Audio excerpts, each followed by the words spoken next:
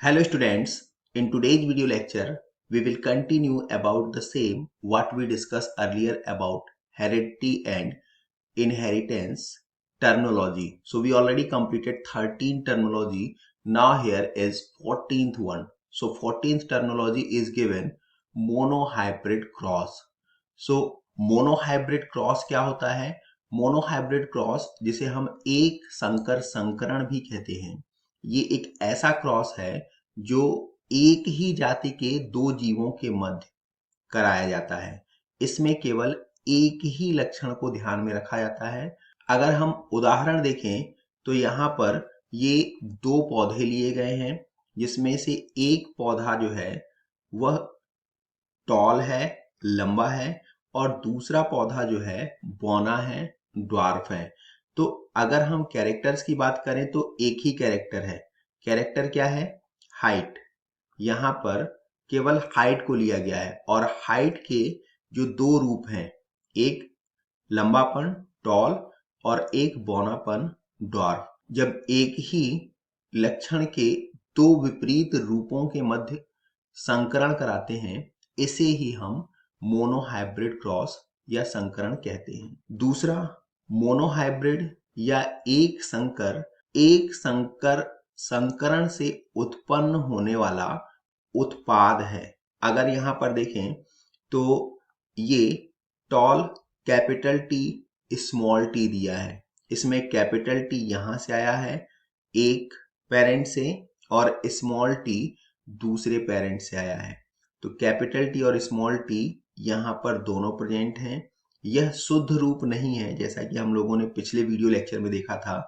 शुद्ध रूप का मतलब कि या तो दोनों टी कैपिटल हो या फिर दोनों टी स्मॉल हो, लेकिन यहाँ पर मिश्रित है, एक कैपिटल टी और एक स्मॉल टी। इस अवस्था को ही हम संकर या हाइब्रिड या हेट्रोजाइगस भी कहते हैं। Now the next terminology is dihybrid cross. So dihybrid cross जैसा अभी हम लोगों ने देखा मोनोहाइब्रिड क्रॉस एक संकर संकरण, बिल्कुल वैसा ही द्विसंकर संकरण या डाइहाइब्रिड क्रॉस होता है। यहाँ पर हमें दो जोड़ी लक्षणों को ध्यान में रख करके संकरण कराना होता है। तो एक ही जाति के दो जीवों के बीच जब दो जोड़ी विपरीत लक्षणों के मध्य संकरण कराते हैं, इसे ही हम डाइहाइब्रिड क्रॉस या द्विसंकर संकरण कहते हैं। अगर यहाँ हम चित्र में देखें तो यहाँ पर दो लक्षण, कौन कौन से दो लक्षण लिए गए हैं? एक पहला लक्षण जो है वह लिया गया है बीज का आकार, सीड शेप, और दूसरा लक्षण लिया गया है वह है बीज का रंग, सीड कलर। अब यहाँ पर जो सीड शेप है, इसमें प्रभावी कौन सा है? तो सीड शेप में प्रभावी जो है वह राउंड है और अप्रभावी जो है वह रिंकेल्ड है। राउंड का मतलब गोल, रिंकेल्ड का मतलब झुर्रीदार। राउंड जो है प्रभावी है, प्रभावी को कैपिटल डी डोमिनेंट से प्रदर्शित करेंगे और अप्रभावी रिंकेल्ड को आर रिसेसिव से प्रदर्शित करेंगे। ऐसे ही जो बीज का रंग है, यहाँ पर भी दो विपरीत गुण देखने को मिल रहे हैं।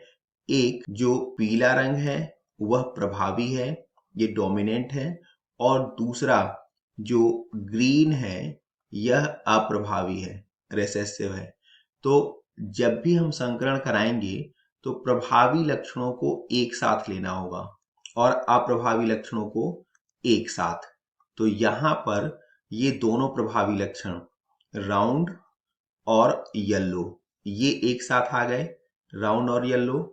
और दूसरी तरफ अप्रभावी लक्षण रिंकेल्ड एंड ग्रीन, मतलब झुर्रीदार एवं हरा। तो जब इन दो विपरीत प्रकार के गुणों के मध्य संकरण कराएंगे, यहाँ पर कितने लक्षण हैं? तो दो लक्षण या दो जोड़ी विपरीत प्रकार के गुण।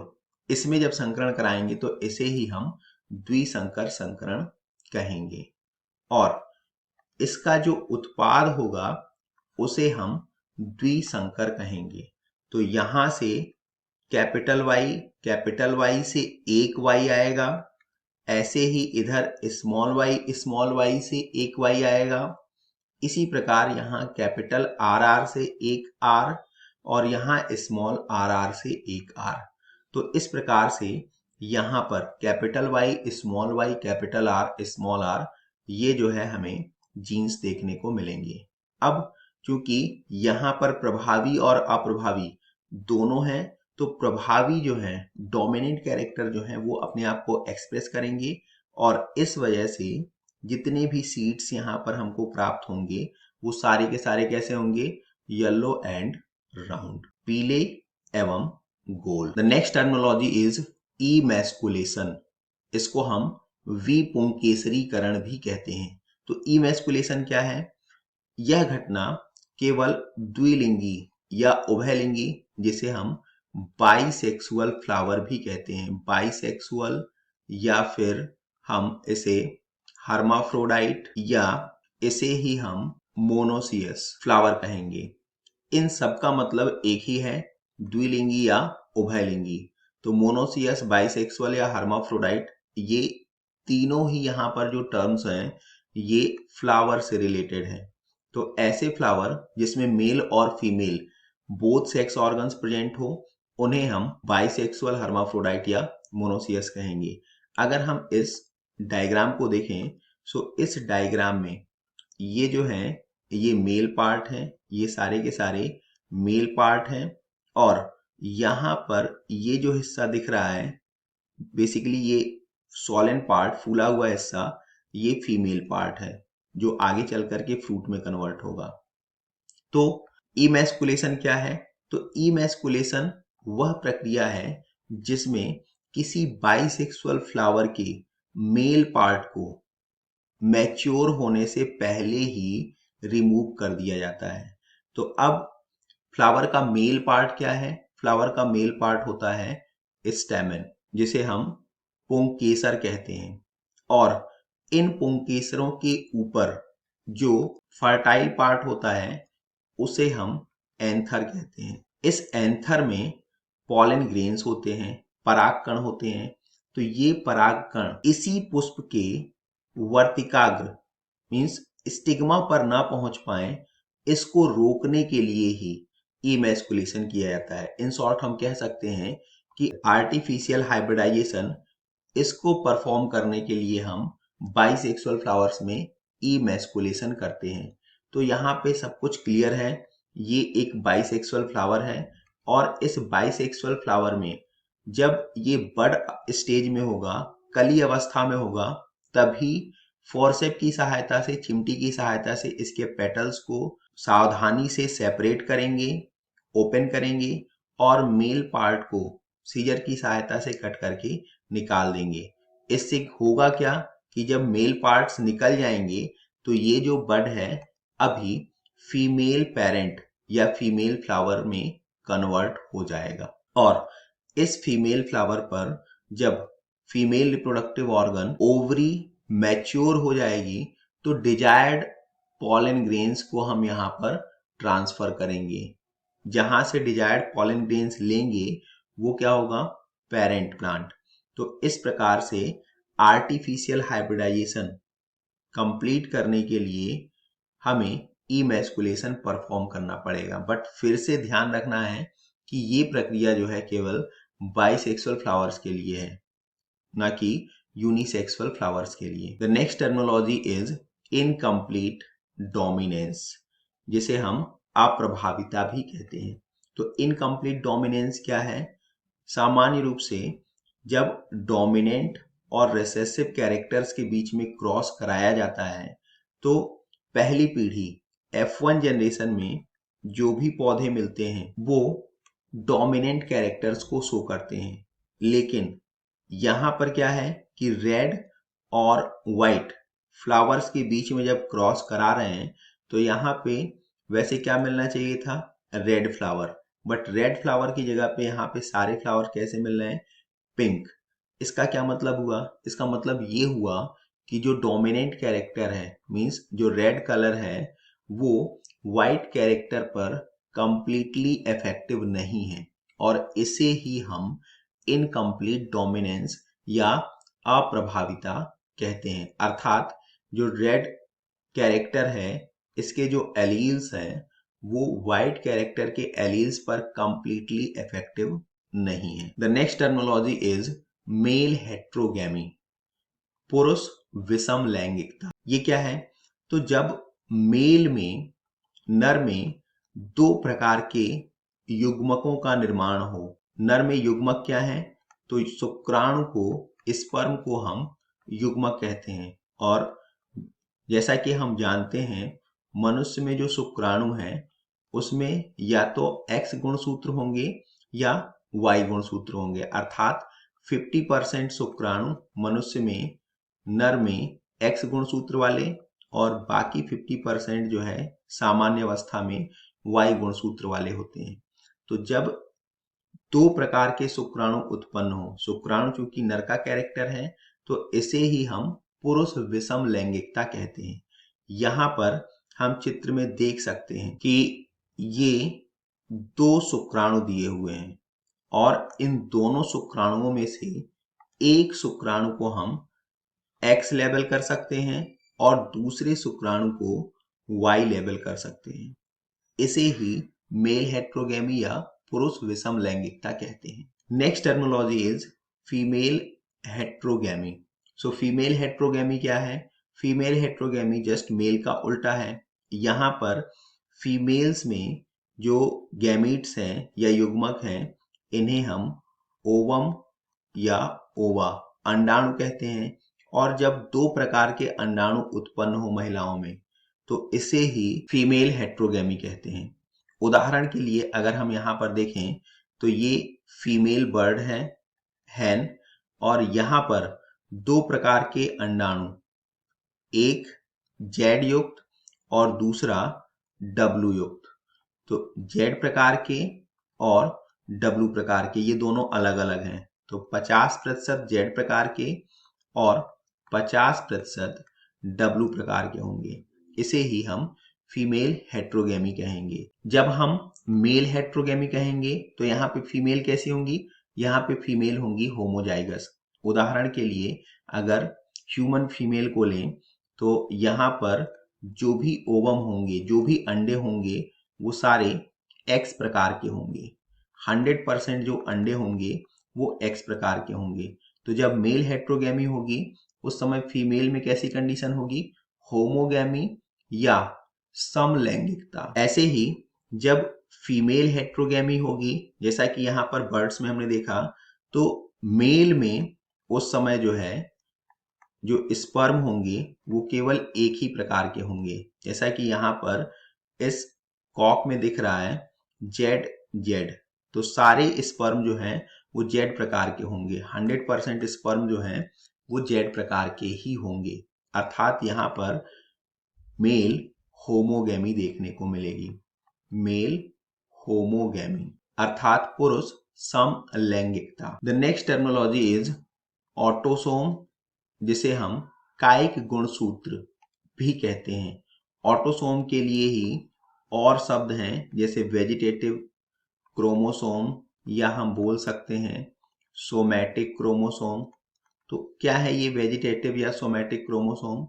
तो ऐसे गुणसूत्र जो लिंग निर्धारण, सेक्स डिटर्मिनेशन में किसी भी प्रकार से शामिल नहीं होते हैं, ऐसे क्रोमोसोम्स को ही हम ऑटोसोम्स या सोमैटिक क्रोमोसोम्स या इसे हम नॉन रिप्रोडक्टिव क्रोमोसोम भी बोल सकते हैं, नॉन सेक्स क्रोमोसोम भी बोल सकते हैं।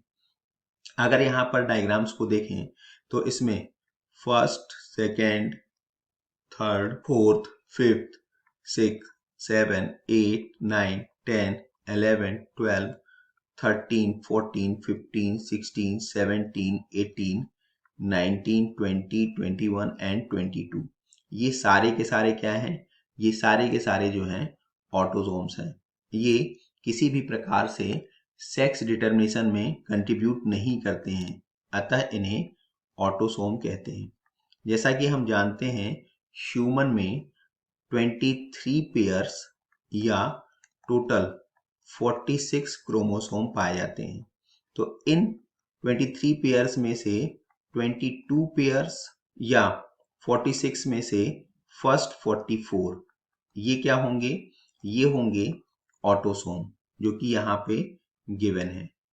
बाकी लास्ट के जो 2 क्रोमोसोम हैं या 1 पेयर जो बच रहा है, उसे हम सेक्स क्रोमोसोम कहते हैं, बिकॉज ये जो हैं सेक्स डिटर्मिनेशन में कंट्रीब्यूट करते हैं। तो यहाँ पर ये सेक्स क्रोमोसोम है। मेल में सेक्स क्रोमोसोम को एक्स वाई से, जबकि फीमेल में सेक्स क्रोमोसोम को एक्स और एक्स से डिनोट करते हैं। तो यहाँ पे 23rd पेयर या लास्ट पेयर कह सकते हैं, या 45th एंड 46th क्रोमोसोम, यही जो है सेक्स क्रोमोसोम है, जो सेक्स डिटर्मिनेशन में कंट्रीब्यूट करने वाले हैं। The next terminology is mutation, उत्परिवर्तन। सो किसी भी लिविंग बीइंग के कैरेक्टर्स में अगर कोई सडन चेंज होता है, अचानक से जो परिवर्तन उत्पन्न होते हैं, इन्हें ही हम उत्परिवर्तन कहते हैं। और ये परिवर्तन कहाँ पर होने चाहिए?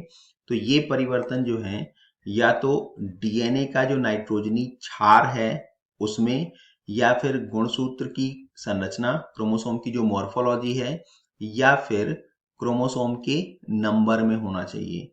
अगर हम उदाहरण देखें तो यहाँ पर जो चित्र दिया है, इसमें गुणसूत्र की संरचना में परिवर्तन देखने को मिल रहा है। कैसे? यहाँ पर ये 1 2 3 4 5 6 7 8, उदाहरण के लिए एक गुणसूत्र में पाए जाने वाले ये 8 जीन्स हैं। लेकिन जब इसमें उत्परिवर्तन हुआ तो यहाँ से पहले और दूसरे जीन्स जो हैं वह अनुपस्थित है। तो इस प्रकार से यहाँ पर हमें 3 4 5 6 7 8 केवल यही जीन्स देखने को मिल रहे हैं, जबकि फर्स्ट 2 जीन्स जो कि 1 और 2 हैं, ये यहाँ पर एब्सेंट हैं। इसे ही हम म्यूटेशन कहेंगे। और ये म्यूटेशन किस बेसिस पे हुआ? क्रोमोसोम के स्ट्रक्चर में चेंज की वजह से। क्रोमोसोम की संख्या में चेंज भी हो सकता है, जैसे ह्यूमन में 46 क्रोमोसोम है या 23 पेयर्स हम बोल सकते हैं क्रोमोसोम है। तो इन 23 पेयर्स में से कोई सा भी एक पेयर कम हो गया या कोई सा भी एक क्रोमोसोम कम हो गया। उदाहरण के लिए 46 में से अगर 45 क्रोमोसोम है तो इसे भी हम म्यूटेशन ही कहेंगे। या किसी रीजन से एक क्रोमोसोम बढ़ गया तो ये भी एक प्रकार का म्यूटेशन ही है। ऐसे ही जब डीएनए के क्षार में जो नाइट्रोजनी क्षारों का क्रम है, अगर उसमें कोई चेंज होता है तो यहाँ पर क्रोमोसोम के नंबर में तो कोई चेंज नहीं देखने को मिलेगा, क्रोमोसोम नंबर तो 46 ही रहेंगे, लेकिन नाइट्रोजनी क्षारों का जो क्रम है डीएनए में A, T, C and G, adenine, thymine, cytosine and guanine, ये 4 नाइट्रोजनी क्षार पाए जाते हैं। तो किसी भी स्थान पर अगर इन 4 नाइट्रोजनी क्षारों के क्रम में परिवर्तन उत्पन्न होता है, इसे ही हम म्यूटेशन कहेंगे। और मोस्ट ऑफ द म्यूटेशंस जो हैं वो हेरिटेबल नहीं है, मतलब अधिकतम म्यूटेशन जो हैं, उत्परिवर्तन जो हैं, वो अगली पीढ़ी में स्थानांतरित नहीं होते हैं, बिकॉज ये लीथल होते हैं, डेथ कॉज करने वाले होते हैं और उस पर्टिकुलर लिविंग्स की डेथ के साथ ही ये समाप्त हो जाते हैं। The next terminology is Punnett square. तो पुनेट स्क्वायर क्या है? पुनेट स्क्वायर मेंडेलियन इनहेरिटेंस या मेंडल के वंशागतिक नियमों को सॉल्व करने के लिए बनाए गए सरलतम आरेख हैं, जो पुनेट नामक आरसी पुनेट नामक वैज्ञानिक ने बनाया था। और इसी वजह से इन्हें हम पुनेट स्क्वायर भी कहते हैं। जैसा कि यहाँ पर चित्र में दिख रहा है कि जब हम होमोजाइगस पेरेंट्स, ऐसे पेरेंट्स जिसके दोनों एलील्स एक जैसे हों, जैसे यहाँ पर कैपिटल टीटी, यहाँ पर स्मॉल टीटी, इनके बीच में संकरण या क्रॉस कराएंगे तो इससे हम इस प्रकार से प्रदर्शित कर सकते हैं। यहाँ से सारे एलील्स जो आएंगे, गैमीट जो आएंगे, वो कैपिटल टी, यहाँ से सारे स्मॉल टी, और ये कुछ इस प्रकार से आएंगे। ये पहली पीढ़ी का परिणाम हो गया। और दूसरी पीढ़ी को प्राप्त करने के लिए अब हमें क्या करना होगा, इनमें सेल्फिंग करानी होगी। So capital T small T का क्रॉस अभी हम कैपिटल टी स्मॉल टी से कराएंगे। तो यहाँ पे दो प्रकार के गैमीट आएंगे, कैपिटल टी स्मॉल टी। यहाँ पर भी दो प्रकार के आएंगे, कैपिटल टी स्मॉल टी। इसको हमने मेल ले लिया और इसको फीमेल ले लिया। तो अब इसको हम कैसे लिख सकते हैं, यहाँ से कैपिटल टी टी, यहाँ से कैपिटल टी स्मॉल टी, यहाँ से कैपिटल टी स्मॉल टी और यहाँ से स्मॉल टी स्मॉल टी। तो ये जो है रिजल्ट आ गया। अब इसी प्रोसेस को हम आसान तरीके से यहाँ पर चेक कर सकते हैं।